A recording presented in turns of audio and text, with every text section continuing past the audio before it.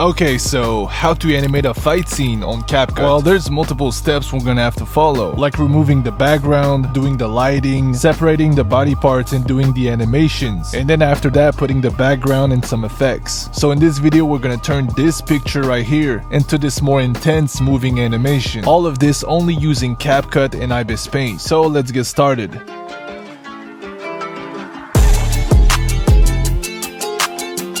Okay, so step number one, super simple. You gotta erase the background. You can do this with background eraser or even PixArt if you want. You can also do it in Ibis Paint by using the eraser tool, just like I'm doing right now, and don't forget to save the image as well. Step number two, the lighting. Okay, so we're gonna go fast here because I made an entire video on this already. You can go watch it on my channel, it's this one, the blue one. So we're gonna open Ibis Paint, we're gonna click on the layers box, we're gonna add a layer, we're gonna click on clipping, then we're gonna click on this icon, and then we're gonna click on the character. And then we're gonna put the opacity around 65%. Then we're gonna click on merge layer down. After that, we're gonna add a new layer. Then we're gonna select the brush. We're gonna select airbrush, select white, click on clipping, and then put the blending type to overlay, and the setup is finally done. Now you can pretty much put the lighting, whatever you want. This part is extremely important. If you don't believe me, this is what it looks like before and after the lighting. So after that, make sure you save as transparent PNG, and let's move on to the next step.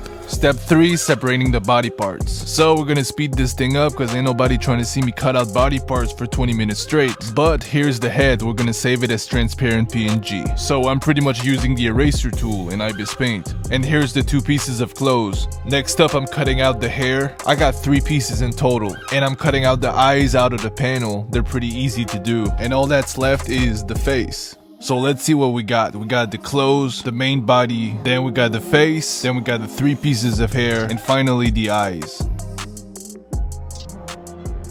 So step number 4, the animation. So for the hair and the clothes animation, I'm gonna speed it up because I already made a 5-minute tutorial on this already. You can find it on my channel, it's the one with Duma in the thumbnail. So my technique consists of creating frames in Ibis Paint by using the mesh form feature. This feature allows you to control the hair in whatever direction that you want. And then you put all of those frames together, you speed up the clip, and then you get this result. Again, I explained everything in my hair animation tutorial, so if you want to learn more about that, please go check that video out. So we're finally gonna open CapCut. We're gonna put a green screen as the main image, and then we're gonna start adding all of the body parts that we have. So the body, the clothes, the head, and the eyes. So now we're gonna start moving the head. So we're gonna put a keyframe at 0 and 1 second. And we're gonna go to the second keyframe, and we're gonna start rotating the head to the right side. And after that, we're gonna move the eyes with keyframes. Next up, we're gonna put some graphs to make it smoother. So we're gonna go to graph, we're gonna click on ease out one. We're gonna do this for all of the clips that we wanna move. So I decided to put another keyframe on the 2-second mark. And this one, we're gonna rotate it to the left side. And I'm also moving the eyes as well. So this is what it looks like. So now we're gonna export the project and we are done. So the animation process is not as hard as you would think. It's all about cutting out body parts and moving them with keyframes. So now we have the final step. So final step is gonna be the composition. This is where you can choose your background, your overlays, your effects. This can be a very hard and long process, especially on CapCut. Let's take this panel from one of my old videos, for example. This is without the composition, and then this is with the composition. So as you can see, there's quite a lot of difference. And I know you're probably asking yourself that question, like where can I get those backgrounds? Well, you can find everything on Google by tapping sky background or clouds PNG or even snowfall. So obviously there's endless opportunities. Okay, so let's go back to CapCut here. We're gonna put the animation clip as the first image, and then we're gonna remove the green screen. So we're gonna go to Chrome key, we're gonna put the intensity and the shadow to 100. This is gonna allow us to put any type of background that we want. So next up, we're gonna add some motion lines. So if you're not familiar, motion lines are an absolutely must-have. We usually use it for action scenes or when there's some kind of movement going on. These are extremely popular. You can see those in anime quite often. So make sure you put those behind the character by going to the layers menu. So next up, I want to move the character with keyframes. So on the first keyframe, I'm going to move the character out of the panel,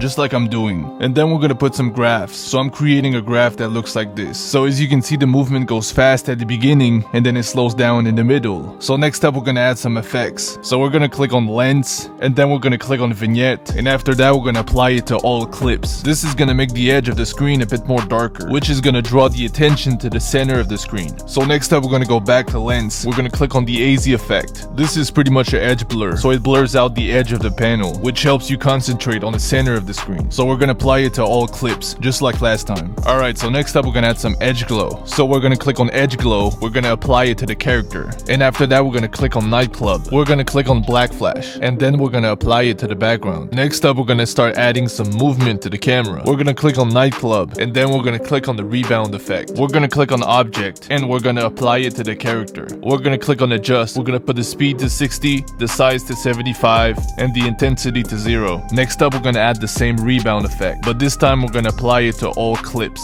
And the last effect we're gonna add is camera shake, and we're gonna apply it to all clips. So this is all the effects we got right now. We got some camera movement, we got some black flash, some edge glow, and we got some edge blur as well. So the last thing I want to do is I want to add some more colors and some more lighting. So we're gonna start adding some lens flares. We're gonna click on splice, and then we're gonna click on overlay. Then we're gonna start zooming in into the light. This is gonna add more lighting to the clip. And then after that we're gonna start adding some red lens flares. This is gonna add more colors to the clip. And obviously all of these overlays are gonna be in the description of the video if you want to download them. So now we're finally gonna export the project, and we are done. After adjusting a few things, this is the final result.